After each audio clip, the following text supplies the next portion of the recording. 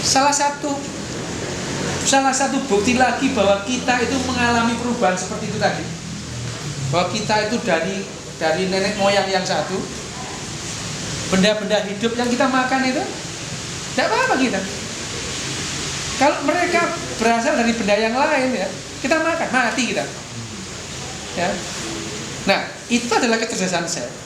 Makin lama sel itu makin cerdas, dia membentuk masyarakat sel yang namanya jaringan. Di masa-masa sulit, sel-sel itu bisa saling memakan. Yang paling gampang di dalam tubuh ini ada yang namanya sel atau jaringan adipus. Apa namanya? Lemak. Jaringan lemak. Itu yang dikorbankan pertama kali kalau kamu starving, kelaparan. Ya, dimakan oleh sel yang lain, dimakan. Kalau sudah lemak habis, yang dimakan apa? Protein dimakan. Otot kita susut gitu ya. Itu kecerdasan sel. Sel itu membentuk masyarakat dan itu cerdas. Siapa memerintahkan ini semua keratuan ini? Gen yang maha kuasa. Kurang ajar. Kurang ajar banget gen ini. Ya, kalau kita kembali lagi, mundur lagi ke Luka. Ya. Luka awalnya itu RNA. Cuma RNA ini labil gitu ya. RNA itu labil, sangat labil RNA. Gampang pecah. Sekian miliar RNA mungkin bentuknya ya seperti itu. Banyak luka-luka yang lain. Satu luka kita itu yang gitu kemudian RNA berhasil menemukan jalan menjadi DNA. Munculnya DNA itu belakangan. DNA itu jauh lebih stabil dari RNA. Lebih stabil terhadap sinar kosmis, lebih stabil terhadap suhu, lebih stabil terhadap lingkungan yang lain. Nah, ini DNA ini masih berenang di lautan luas tadi itu ya. Ya, yang kemudian pelan-pelan dia menjadi protobion tadi. Luka awalnya. Nah, itu dia tadi. Dari sekian homo, bukan homoseksual ya. Dari sekian homo yang banyak itu homo habilis ya. Terus dari sekian banyak homo habilis itu ada satu homo habilis yang jadi leluhur kita. Dari sekian banyak homo habilis itu akhirnya ada satu yang menjadi homo sapien. Dari homo sapien awal itu hanya satu yang menjadi leluhur kita. Homo sapien perempuan gitu ya. Loh, jaraknya itu jauh loh ya. Berapa jaraknya? Homo sapien yang pertama, bos, 100.000 loh. Nah, 100.000 tahun. Lama loh, capek nunggu 100.000 tahun itu. Capek. Lah untung loh ya, evolusi itu butuh waktu yang panjang. Kalau evolusi butuh waktu pendek, kamu kemacetan bisa berubah jadi ular kamu. Macet di jalan itu jadi spesies lain. Untuk evolusi itu butuh waktu yang panjang. Oh, jadi ya, makanya kalau ada yang bilang, loh, saya tuh keragunan 10 tahun yang lalu, monyet sekarang tetap dari monyet. Kayak 10 tahun men gitu ya. Coba kamu datang 1 juta tahun yang lagi gitu kan. Keragunan sudah nggak ada men gitu ya. Kira-kira seperti itu ya. Jadi saya tadi mengungkapkan bahwa teori abiogenesis itu pembuktiannya itu sampai sejauh itu, dan yang direkomendasikan oleh Matthew tadi itu adalah link yang membuktikan bahwa ini adalah menunjang abiogenesis. Kalau orang itu, lah kok bisa gitu ya? Kok bisa yang namanya NH3 dan CH4 itu mempunyai daya tarik? Dia bisa mendekat, kemudian ada sinar kosmik, ya katakanlah let's say ada sinar kosmik, tapi bagaimana NH3 dan CH4 itu bisa tertarik satu sama yang lain? Ternyata itu tadi dibuktikan bahwa oil tertentu itu bisa menarik satu sama yang lain, bisa cuek satu sama yang lain. Bahkan begitu dia itu tertarik, oil yang cuek tadi itu dipergunakan oleh dia. Ya nanti kamu kan ya kasih linknya ya itu oil ya, minyak tertentu ini A dan B itu ya, A dan B dikasihkan cuek dia ya, dikasih minyak B dan B ini asik gitu, nempel gitu ya. Dan kurang ajarnya ini oportunis dia ini, menggunakan ini minyak A tadi itu sebagai sarana untuk dia menyatu itu. Nah itu akhirnya itu yang menyebabkan protobion itu bisa mengolah sehingga ada inti sel, ada organel yang saling membutuhkan.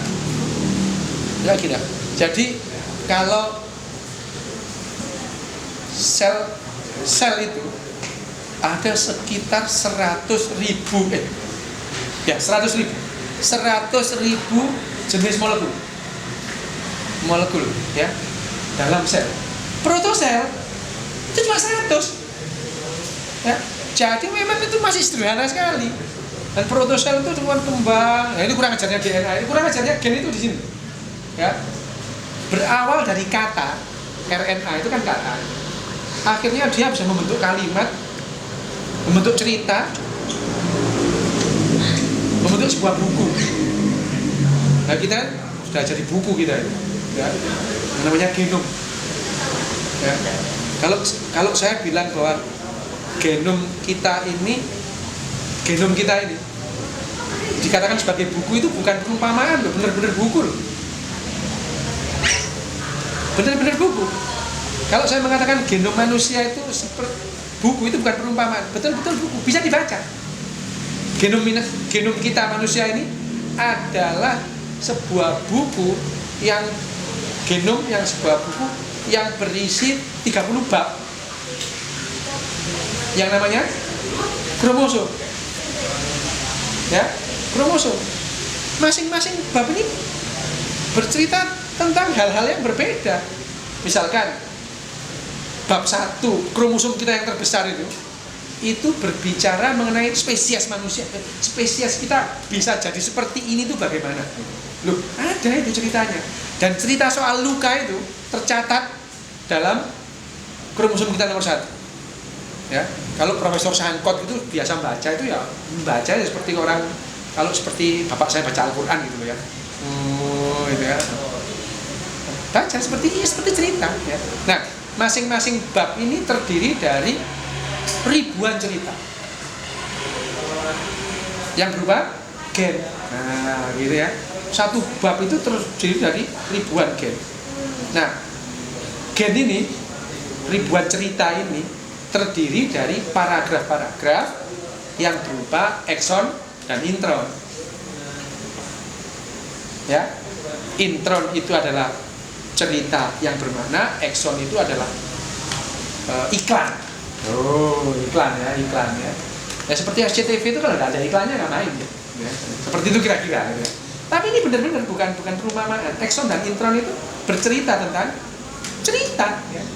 Ekson dan intron itu paragraf-paragraf. Nah, paragraf-paragraf ini dibuat oleh kata yang berupa kodon. Kata kodon ya. Dan kodon itu dibentuk oleh huruf yang namanya bahasa. A, T, G, C. Ini huruf dasarnya membentuk kata yang bernama kodon, kemudian membentuk kalimat, membentuk paragraf, akhirnya jadi sebuah buku. Dulunya awalnya hanya kata saja, RNA itu kata. Tapi setelah 4,5 miliar tahun jadi buku. Ada buku yang namanya judulnya buku manusia, ada buku yang namanya berjudul simpanse, buku yang berjudul bonobo, buku berjudul lalat gitu. Tapi itu awalnya semua adalah kata. Dan katanya itu adalah kata-kata yang sama. Jadi bahasa genetik kita sama persis dengan bahasa genetiknya laler. Orang memang satu saudara kita ini ya. Jadi sebetulnya kalau kita makan bengkoang itu makan saudara. Kalau tidak saudara kita, tidak bisa dimakan. Ya, sel itu bisa hidup. Ya, kita ini organisme ini hidup dengan mengambil kehidupan yang lain, pasti sudah. Kamu hidup, makan pasti. Yang kamu makan, organisme. Gitu. Sel juga gitu. Makan selalu mengambil kehidupan yang lain. Dan karena kita berasal dari asal yang sama, maka kita bisa saling memakan. Kalau tidak bisa. Coba kamu makan batu, mati kamu. Karena sejarahmu dengan sejarah batu beda gitu ya. Tapi kalau sejarah kita dengan bengkoang itu, nah sama gitu. Ya, bengkoang itu, kangkung itu sama, saudara gitu. Tapi ada yang namanya saudara jauh, saudara dekat gitu ya. Jadi sebetulnya yang namanya kanibal itu ya gradasinya berbeda-beda. Ada kanibalisme. Ya kalau kita makan bengkoang itu kanibalisme, kita makan organisme kok gitu ya. Nah, tapi ada kanibalisme yang kalau kita makan sama manusia itu lebih tidak terhormat gitu ya. Terus kalau ada lagi yang memakan benda-benda berjiwa, itu ya. Tidak memakan benda-benda berjiwa. Apa itu benda berjiwa ya? Ya, itu ya yang namanya apa? Vegetarian gitu kan. Ya kan? Vegetarian itu tidak memakan, kenapa? Karena dia berjiwa. Lah kamu kira yang namanya sayuran nggak berjiwa apa? Punya loh jiwanya. Saya sering kali ngomong-ngomongan sama sayur. Sering saya ngomongkan. Terima kasih ya, makan. Saya melakukan ritual itu setelah nonton apa? Ayo. Avatar. Betul. Benar itu loh. Avatar itu menginspirasi saya setiap saya makan, saya bilang terima kasih sama yang saya makan. Ya, Avatar itu dia kalau mau membunuh kan, terima kasih kan, terima kasih gitu. Keren loh film Avatar itu loh ya. Avatar yang itu loh, film yang makhluk biru itu loh itu. Film Avatar itu kan kalau dia mau membunuh untuk dimakan, dia bilang terima kasih. Karena kehidupannya itu menjadi kehidupan kita. Gitu kan. Dan ritual itu saya lakukan setiap kali saya makan sekarang. Bilang terima kasih ya makan. Kan? Saya terima kasih sama kentang tadi yang saya makan, kopi saya minum terima kasih. Itu ritual saya.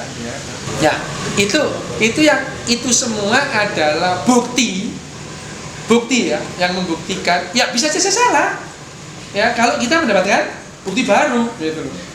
Ya, bukti yang lama itu dikatakan salah. Kalau ada bukti baru yang lebih benar. Selama tidak ada bukti yang baru yang lebih benar, ini dianggap benar. Itu saja ya. Jadi itu tadi rangkaian. Jadi maju mundur supaya lebih gampang. Ya tadi. Jadi sekali lagi kehidupan yang kompleks itu diawali oleh kehidupan yang sangat sederhana. Bahkan hal yang sederhana itu berlangsung dalam diri kita ini. Dalam sel yang rumit, tuh sel itu rumit ya. Sel itu sudah rumit ya. Bayangin sekarang. Dalam kromosom kita ini, dalam sel kita ini, ada untaian kromosom. Kromosom tadi ada 23 ya, yang dibuat oleh gen. Gen itu dibuat oleh intron dan ekson. Ekson itu dibuat oleh kodon, dan kodon itu dibuat oleh basa. Ya. Dan itu ada ukurannya itu, misalkan bahasa APGC itu ada ukurannya sekian mikron. Nah, kalau itu kalimat itu direntang gitu itu ya, tahu jaraknya berapa?